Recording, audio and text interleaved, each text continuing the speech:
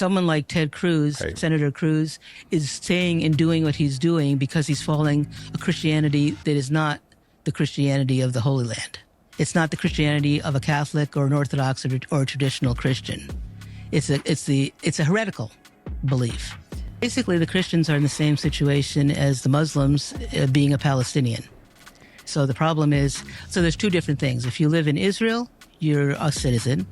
And so they can live there and work, but there's sort of some petty grievances that people might have. But if you're a Christian in Palestine, which is where most of the activities of the life of Christ are, Bethlehem, Jerusalem, the Mount of Olives, Jericho, Jacob's Well, that's all within Palestine. And so that's the predominance of the Christian population there, and they're treated with the effects of the occupation. Hold on. They let her get up there with a mustache. Okay. The mustache aside, this woman is giving her account, which I cannot deny or reject. But it's deceptive because she's not telling the truth about the total perspective of how Christians are treated in Israel and the West Bank and the difference. This video is brought to you by Tatum Store. Brought to you by Tatum Store. Check it out. Brand new shirt. Trump has great jeans. Now somebody's like, Brandon, wherever you wear a man on your shirt, y'all know why we wearing it. Show some support if you like it, if you think it's funny, if it's something you want to troll with, or if you just think it's a great design. Our guys did an incredible job. I don't know nobody that can screen print this and make it look as authentic as we did right here on the mock-up. So go and get it. Put Jeans 20, get 20% off. Jeans 20, get 20% off. And show your support to the Tatum Store. It's a way that we keep this thing running as well. It's providing you good conservative merch where you can trigger whoever you want to all day long. So let's talk about Tucker Carlson. And I'm just joking about Qatar. I don't know if he's getting paid by Qatar. He has been paid by Qatar, but I don't know if he's getting paid in perpetuity to push the things he's doing. I don't like to say people getting paid because people think AIPAC pay me. And I ain't got a single check in the mail. If you can find a AIPAC check with my name on it, let me know so I can cash it. Because they ain't giving me no money, and I don't want no money. If supporting Trump, like they say I get paid by Trump, I'd be rich. The Jews and Trump, I'd be a rich man. Ain't nobody getting paid by these people to say something, to use common sense. Now, I want to talk about this specific issue because I think that this was it's the continuation of foolery. And in my opinion, this is not as anti-Semitic, but I think it's disingenuous at best. Tucker Carlson goes on, Agapia Stephanopoulos, Stephanopoulos, who is also the sister of anchor George Stephanopoulos. And I don't know how she got the mustache. I don't know if her hormones off or something. She can at least shaved it before they got her on the show. They let her get up there with a mustache.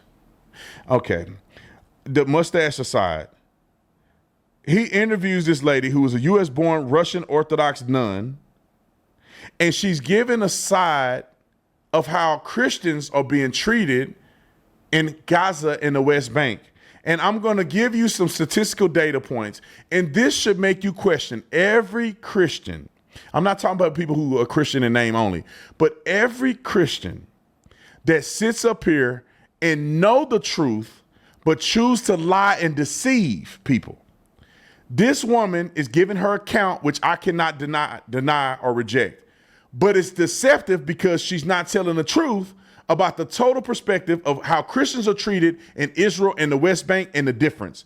Now I'm gonna let it play and then I'm gonna show you what I'm talking about. Roll the clip. There has to be much more done by the Christians in America because these Christian Zionists are speaking in our name. Someone like Ted Cruz, Senator Cruz, is saying and doing what he's doing because he's following a Christianity that is not the Christianity of the Holy Land. It's not the Christianity of a Catholic or an Orthodox or a traditional Christian. It's a heretical belief. What is Christian Zionism? Mm-hmm. As far as I understand it, they believe in the idea of the rapture. I'm gonna play it. I think y'all be mad when I stop it. Just play it. Just play it. They believe that it's sort of this cruel bargain they have going with Israel, because basically what they say that they're going to be swooped up into heaven, right? And then there's going to be a 1,000-year kingdom, and then there'll be the end of the world and the judgment by Christ, and he'll come back. This is a false. It was condemned as a heresy in 381 because basically there is no 1,000-year millennium to come, no 1,000-year period. The end we are in that time period now. And so it's a false belief there. And so basically what they're arguing is that Jesus coming the first time wasn't enough. Yeah, and it's like, in a way, it's denying the Messiah. As an Orthodox Christian, the most important thing in my life is that we receive the body and blood of Christ, and we prepare ourselves to receive that body because Christ came as God and as man. And if you read John, it's actually I read 6:66. First, he says, "Take, eat, this is my body, and drink, this is my blood."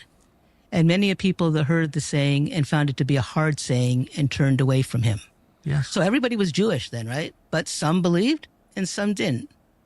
And some continued to follow only the law. And some said, and Christ superseded the law. He said, there's something more than that law. I am the law. I fulfill the law and the prophets. We believe in the Feast of the Transfiguration on Mount Tabor. It takes place near Nazareth. I've been there many times. And in our icons, in our images, you see Moses and you see Elijah aside Jesus, because the law and the prophets have been fulfilled in Jesus Christ. He came and said, I'm the church, I'm your salvation. And you know what I think often about is where I lived in Mount of Olives, St. Mary Magdalene Convent. Right above it is a Catholic monastery called Dominus Flavit. Christ wept. It's where Christ wept. And I think of it often now because to some degree with Muslims, to a lesser degree, because they retain some of the Christian sensibility, but he's weeping over the people that didn't see him, that didn't understand who he was. Let me pause her real quick. You know, like I say, I think some of the stuff I agree with her on, obviously most of it is, in my opinion, is disingenuously displayed. I don't think she's intentionally being disingenuous because she has an Orthodox position and she's going to stand up for what she says. But when she says that this is not a traditional Orthodox position for Christians to believe that the Jewish people from the line of Abraham are chosen people, and that the Christians should support them, love them, honor them, because she says, and I said this as a tweet earlier, I said, Jesus was a Jew. Jesus is God, so that makes God a Jew. And if you don't, I don't care where you stand on the Trinitarian, Unitarian spectrum, God saw it fit enough that he decided to either come down, if you're a Trinitarian, in flesh as a Jew, or if you're a Unitarian, that he decided to choose Christ Jesus, who was a Jew, to die for our sins. That's something to say about that. It's something to say. This is why Paul said what he said. And I wrote an op-ed on this, and I shared it. I'm going to put it in the link somewhere. And then this is what I wrote in here. It says, Paul makes the connection uncomfortably clear for those who want a Jesus without Israel, right? This is what he said in Ephesians 2:12-13. He said, remember that ye were at the time separated from Christ, alienated from the commonwealth of Israel, and strangers to the covenant of the promise. But now in Christ Jesus, you who once were far off have been brought near by the blood of Jesus Christ. We were outsiders. Now there, through Christ, we are grafted in. Through a Jew, we are grafted in. Let's look at Romans 11:17-18. You, although a wild olive shoot, were grafted in amongst the others, and now share in the nourishing root of the olive tree. Do not be arrogant towards the branches. Why can't we consider what Paul is saying? He goes on. Paul doesn't say Israel has been cut off forever. In fact, he says the opposite. Listen what Paul says in Romans 11:2-29. He says, God has not rejected his people whom he foreknew. That's Romans 11:2. The gifts and the callings of God are irrevocable. That means everything God has said about the Israeli people are the Jewish people, the ones who descended from Abraham. Not every person who said they're Israeli, not every person that lives in Israel. We're talking about the land, and we're talking about the people of the promise. And this is what he's saying. It's irrevocable. We should not be arrogant against the branches, and that for a temporary time they have been cut off, but God is going to re-engraft them.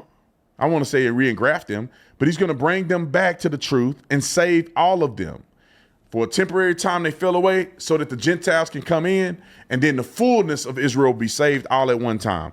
That is the promise, and that is the prophecy, and that's what Paul said, who is, I would argue, could be a Orthodox believer.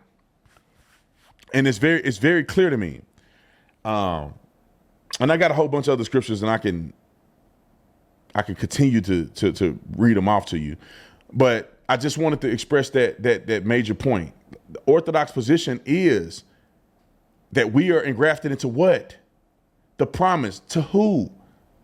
It's not like God had created something different. God created a promise, and then we are now grafted in.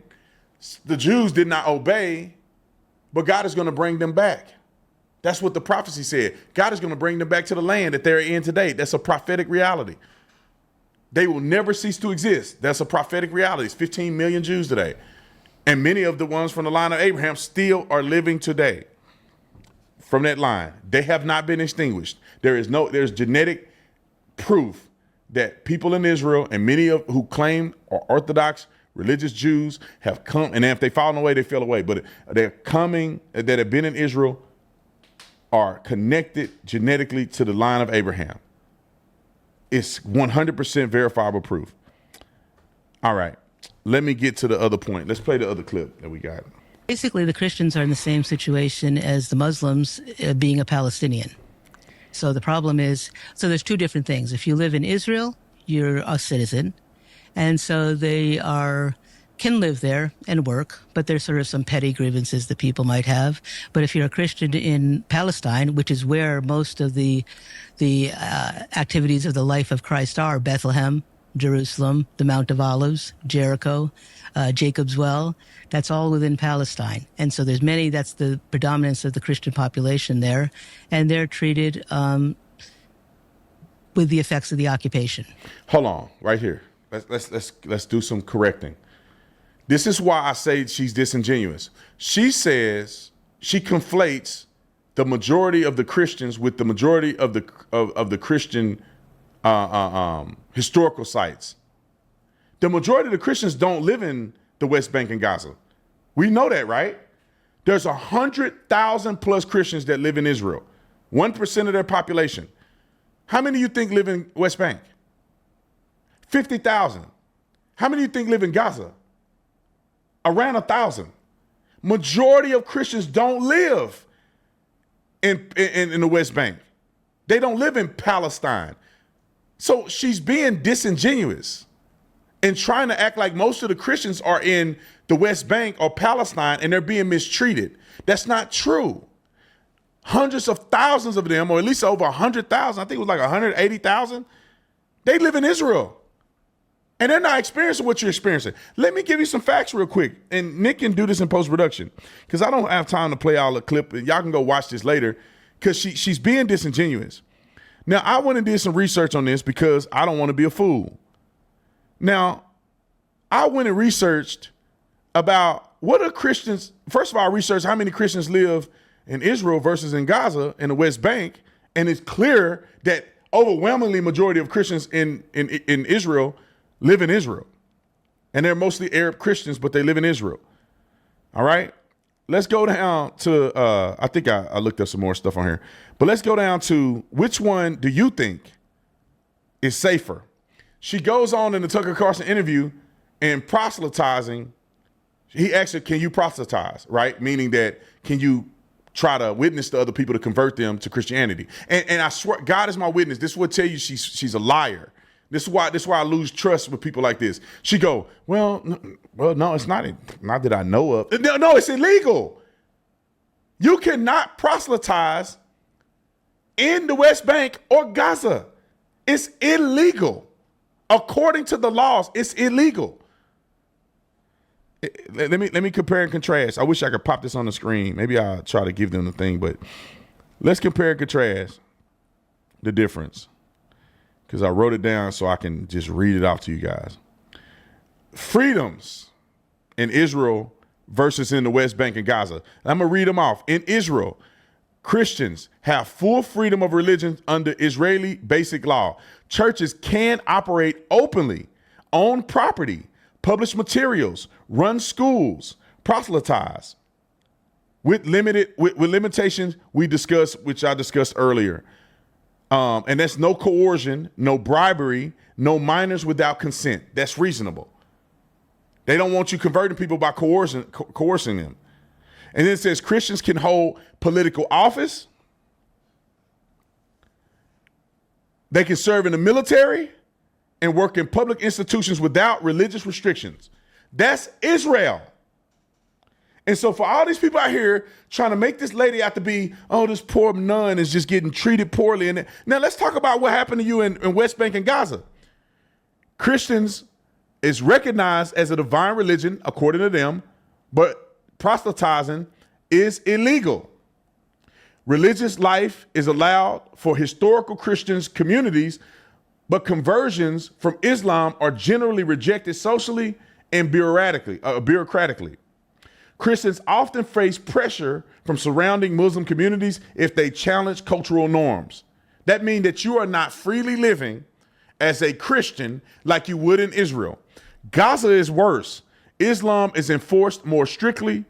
Religious conversions away from Islam is not legally recognized. Christians can worship privately, but cannot proselytize.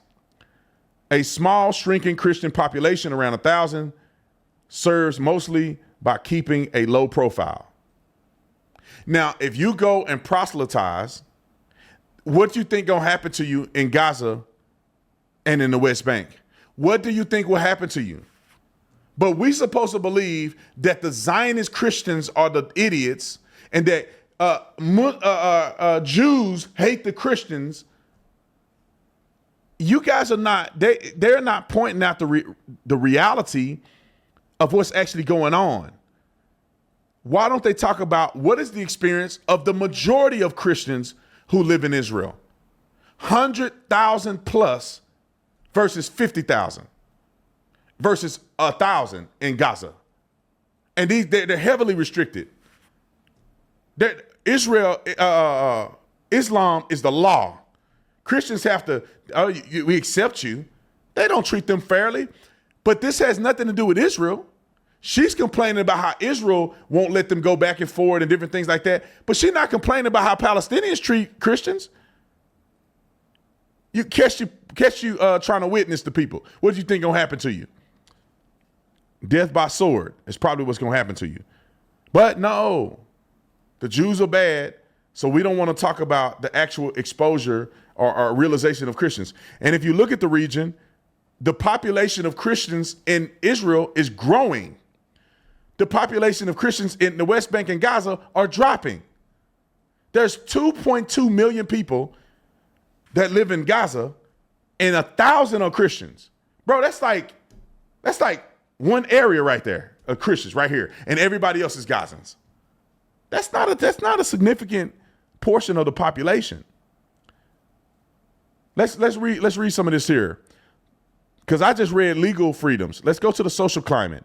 Christians, especially Arab Christians, generally integrate well and often have higher educational and income levels than the national average. So that means in Israel, Arab Christians have higher income and education than the national average. In some ultra-Orthodox neighborhoods, they face occasional harassment, especially missionaries. But in secular and mixed cities like Haifa, Jaffa, and Nazareth, Christians live openly and often thrive. Okay, let's go to the West Bank. Christians, and I don't curate this. I just looked it up and had ChatGPT put this together. I didn't foreread it or nothing. Christians in the city like Bethlehem and what's this, Ramallah, live relatively openly, but report pressure from rising Islamic conservationism. Population decrease is steep. Bethlehem Christians population dropped from 80% in the 50s to 12% today. Why do you think that happens? Okay. 80%, in Bethlehem, and now it's only 12%. But this Bethlehem is in the West Bank. Bethlehem is not occupied by Israel.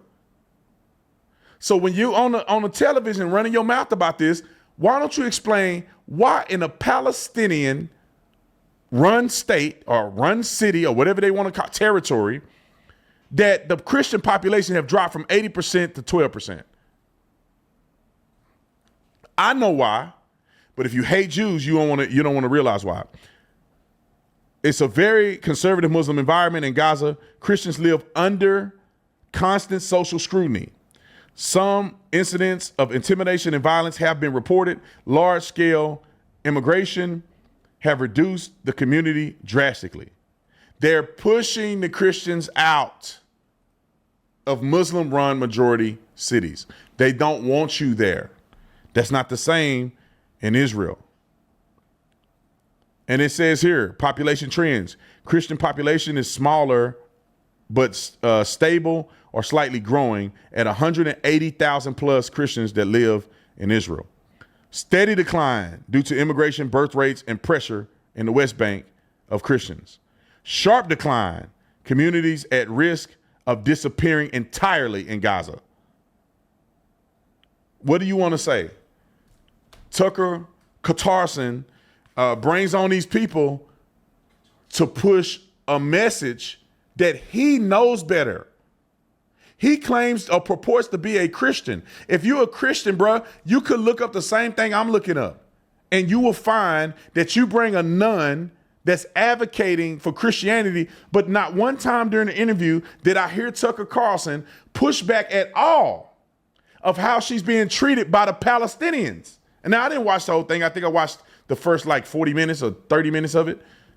I didn't hear him push back at all. I heard him leading her into questions that illustrate how bad the boogeyman Israel is. We'll finish a couple more clips and then I'm gonna be done. Roll the clip. Which means you have checkpoints around you. You're not, a Christian who lives in Bethlehem cannot go to Jerusalem, to the Holy Sepulchre, without a permit by Israel. And they don't usually give those permits, especially now. You know why? Christian Hold on, can't. stop. Do you know why? She don't tell you about the terrorist attacks that have been happening that came from the West Bank and Bethlehem, and the Muslims that are just killing all these Jewish people. So they had to put a wall up to stop the terrorism. And then she go, they don't give permits, especially now. Why now? Oh, October the 7th? Oh, okay. I was wondering. Why you don't live in Israel? Why you living on the Palestinian side? Okay, roll the clip. No, without permission from Israel. Look at him. That's interesting because I mean those Christians that you're describing, I mean, they're the descendants of the Christians. Absolutely, who yeah. were They've converted by been there Jesus. from the beginning. Yeah.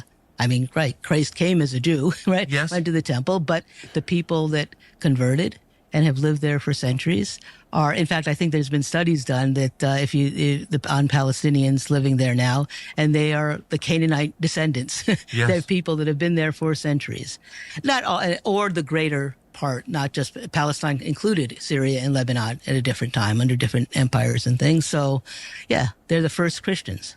Why don't you tell us what is happening to Christians in West Bank, in Bethlehem specifically, where she lives? Oh, she's not. Okay, play it. I mean, we should have a Christian AIPAC group. Yeah, of course. 100%. Yeah, going on. Like you're not allowed Hold to on. shoot.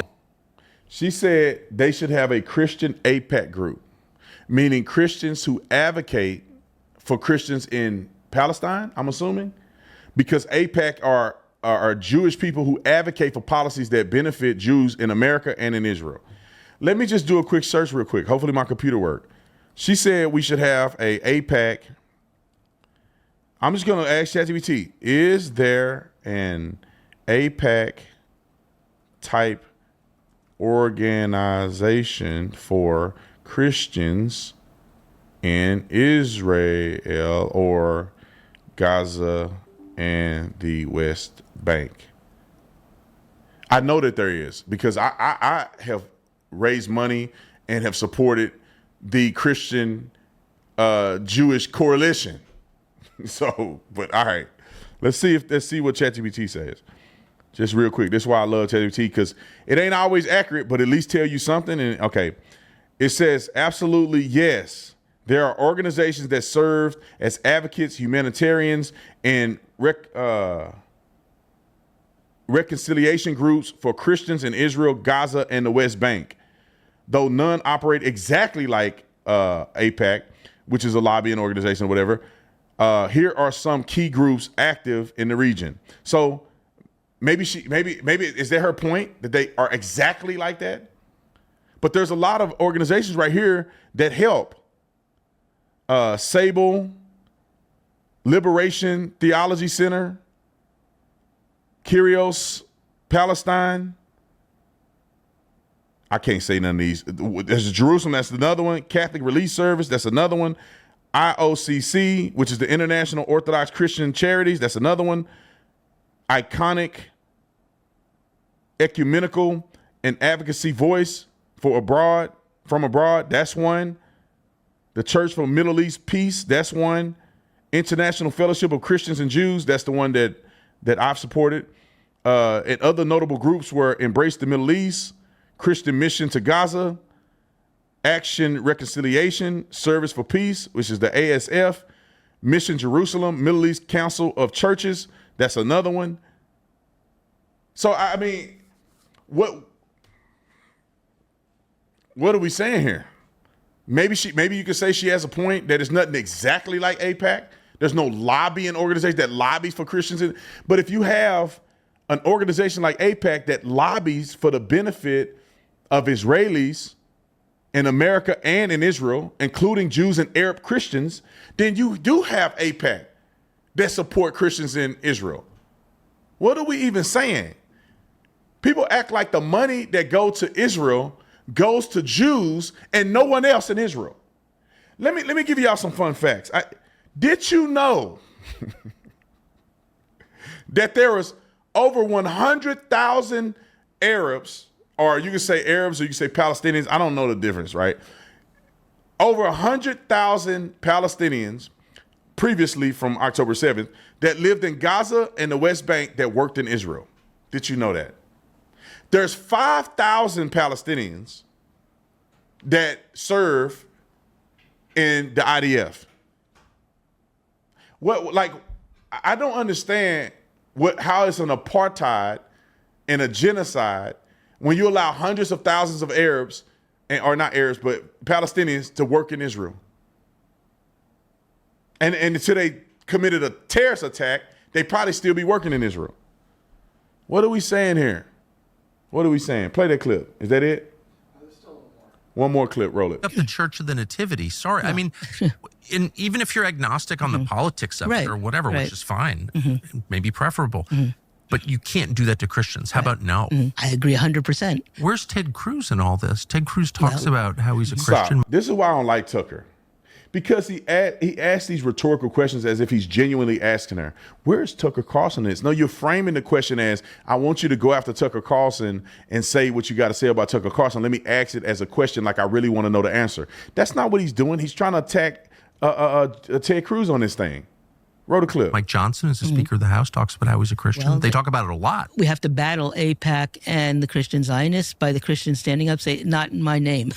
We can't be doing this. So if they're getting money from these organizations, then Christians have to have enough concern to say, I don't want this happening in my name. No, and to my brothers in Christ. Right. We're supposedly a country based on a Judeo-Christian heritage, right? So where is that Judeo-Christian heritage when you're destroying the very foundations of it? St. Jerome translated the Bible in Bethlehem.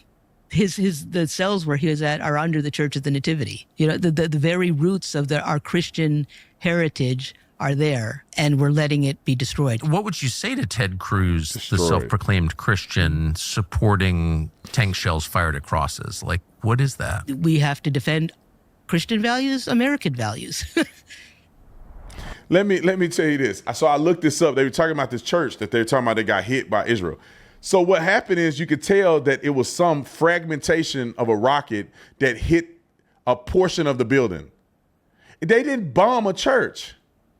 Fragmentation hit a portion of the building, and they're acting as if Israel intentionally shot at the cross or tried to hit the building. I saw the pictures. We can probably look it up, but maybe I'll have Nick do it afterwards. But I looked at it and I was like, oh, wait a minute. I thought they bombed the church. Boom. It looked like a piece of shrapnel or something hit the side of the church and knocked the corner off of the edge, but nothing else in the church was damaged. Are there conflicts that have happened that are questionable about IDF in churches? Yeah, let's look into them. Let's explore them on both sides and figure out which one is true and which one is not. But to just believe that Jews, it's crazy to me, because when you look at it in a vacuum, they can make any ridiculous claim they can make. They try to frame it as if Christians are in dire need in Israel and nobody's helping them. Well, majority of the Christians live in Israel and they live freely. They can teach, they can serve in the government, they can serve in the military. Arab Christians can serve in the military. You can't do that in Gaza. So why won't we talk about the Palestinian restrictions on Christians? But yet Tucker Carlson is on there capitulating when he know the truth to give an image of an issue that don't exist in the way that they're saying it exists. We should protect Christians everywhere. But when you are up here saying we should fight against Christian Zionists,